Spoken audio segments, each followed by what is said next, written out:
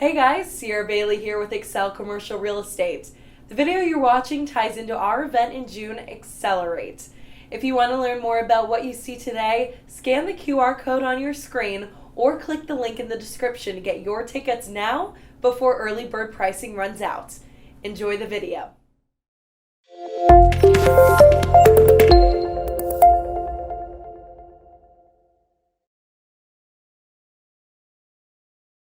So one of the things that you may or may not know about me is I'm a huge fan of coaching.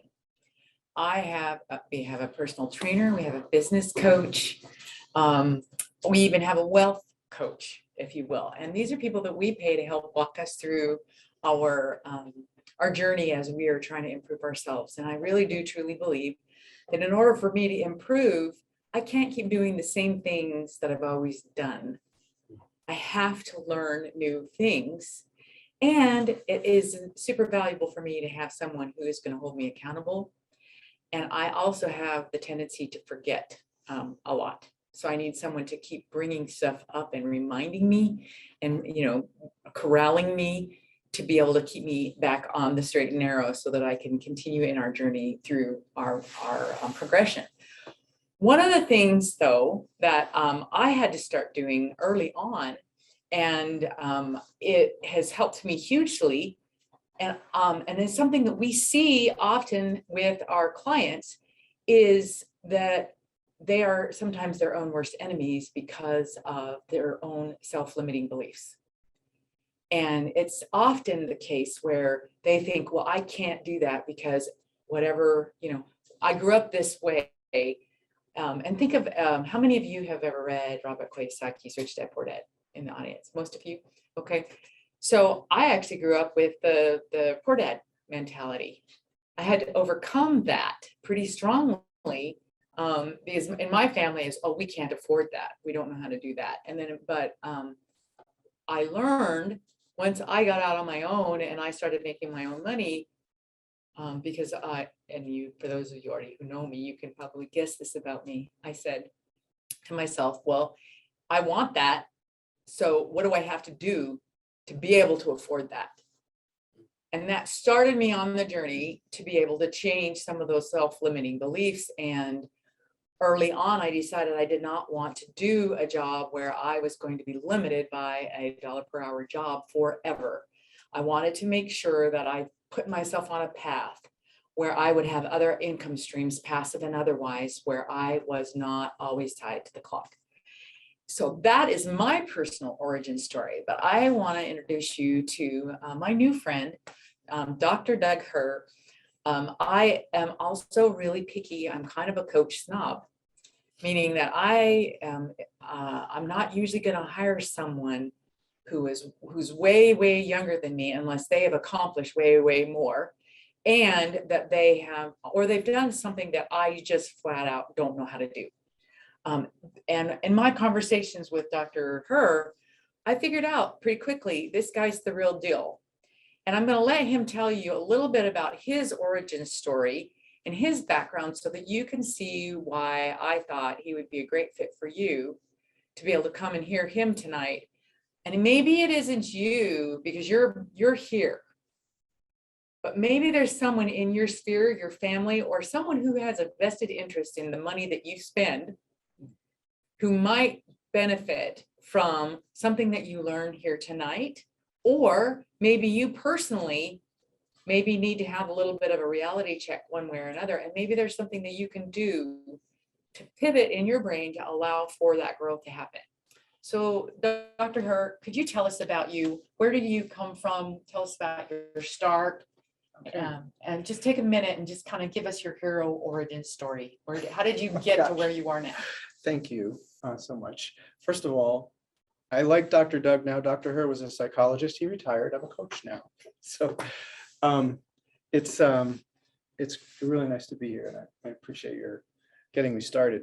Before I go into me at all, I just want to point out, is everybody familiar with the book Growth Mindset? Because you just demonstrated it so nicely. No, thank you. Right? Shucks. Yeah, it's really great. It's a great way to start talking about mindset, is to remember that we all have that capacity. when I started my doctoral training, people believed, throughout my doctoral training, people believed that, your brain was pretty much done developing by 21 or so, which we now know that like women are adolescents until 26, 27, men until 29. So the adolescent brain is different than the adult brain. And we're growing throughout the lifespan. So I wanted to note that before we moved on. And because this is hopefully what you're interested in, right? Wherever you are today, I think there's a lot of pleasure in progress. So, I always want to get on to the next thing and the next step. So I started out, it's ironic because I lived out, way out away from town, a little town called Tigard in Oregon, because we didn't have the money to get closer to town. We had to live out by the woods and the river, which now probably costs more than everything else.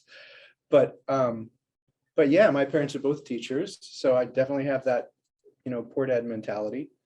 And throughout my life, though, I was really interested in how can I be more? How can I be more? How can I do more and do things differently? And so my evolution started, I really wanted to know how reality worked. As a kid, I was kind of dubbed the engineer, so I ended up getting an engineering physics degree. And by the time I was done, I just knew I didn't want to be an engineer. So that was inconvenient because I'm very specialized in everything smaller than an atom. But, what do you do? So I was actually, involved in a church pretty heavily while I was doing it, kind of a low-tech engineering job. I trained to do really high-tech work. I worked for aerospace for a while, but then I moved into, I was just doing heating, ventilating, air conditioning, which I probably could have done in about 7th grade, right? But it was just kind of a holding pattern. And meanwhile, folks at church would just come up to me and start talking about stuff. And I talked with a friend later who said, and I said, Meryl, you'll never believe what I'm doing now. And she's like, what are you, a priest or something? And I'm like, no, I'm becoming a psychologist. And she said, oh, well, that makes total sense. You were always trying to help people without telling them what to do. I didn't remember that. I did remember that my favorite part of studying was the study break. But I ended up, so I was faculty at Vanderbilt for a while, and that was a great privilege. And I was able to hang around people who really know the brain and studied it and some cutting edge stuff. And the work that I was doing with people who are really suffering, what we realized was we need to get beyond the suffering. If they're going to tolerate their suffering, I was working with chronic pain and chronic disease. And in order to make that life worthwhile, you have to have something that you care about deeply enough that, you can't let your life just be inspired by managing pain. That's not inspiring. And we need inspiration. So we're going after those deep values. Well, guess what? That's a coaching model. So then I went and studied ontological coaching, which is how we really create our reality and in big ways, even our physiology, through how we think and how we speak. And so I retired my psychology license and have never looked back.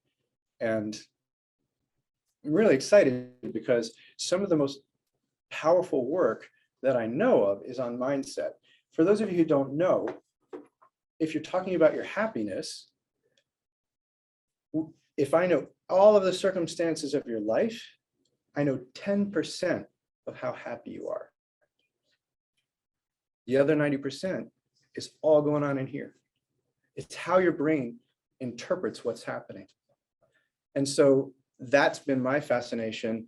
And I was excited to talk about you guys, or talk about mindset with you guys. And money mindset in particular, I'm going to treat as a subset of mindset in general. And when you were talking about, family members, I thought, yeah, this is really true. You guys are all here aspiring to something. What I would what I would be first careful about here is focus. When we're, can I grab my water? Thank you so much. When we're talking about what do you really want? What you really, if you get in touch with what you really want in terms of purpose, in terms of being proud, and in terms of just pleasure, having fun, when you're in touch with that, it is deeply inspiring. And this is the place where we want to begin. The primary task that you have in this century, in terms of managing your brain so that it will work for you, is your focus. Most of us think of our brain in terms of thinking. Tell me if I'm being too detailed. Nope. Okay. Nope. Awareness is more fundamental than your thinking. And Can we unpack that for just a second? Because I think this is really an important point. You know, and I'm going to jump ahead a little bit, but I took the assessments that you recommended to me. Okay. And I had to laugh. And when you were talking about, you know, becoming more in tune with reality, and I've said for a long time that reality is vastly overrated. I feel like I want to have a little bit more fantasy. And I think what I really was saying is play and imagination and creativity are, for me, really important. But I also I think the when you and I've had our conversations, the resonation for me of how many of you have ever gone in the car and you get there and you realize you've been driving for 25 minutes and you didn't even pay attention to anything. How many of you have done that? Sure. We've all done that. We've all done that, right? So, and as we age, or at least for me anyway, I have found that more and more and more things are on autopilot.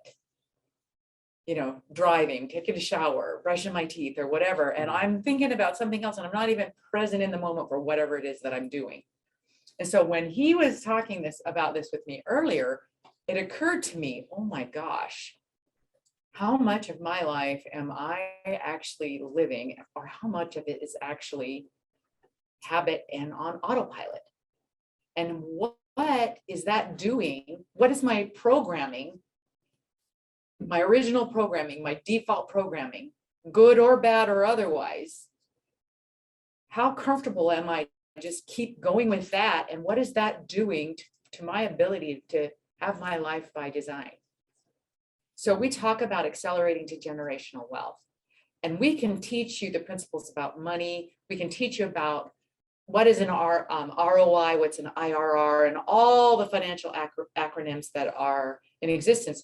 But if you are stymied by the fact that 95% of your actual waking moments are spent on autopilot with your pre-programmed programming, and your default is to go to the place where you have self-defeating behaviors and self-limiting mindset, where is that going to take? What's going to happen? I could put the most important deal in front of you, the one like that, like Trey was saying, for $300,000 that you could own a $30 million property. But if your mind is telling you, that's not me, I can't do that, and for the following reasons or whatever, and it stops you, then can we really help you achieve or accelerate generational wealth? So I thought, what is the one thing that we can teach you or bring to you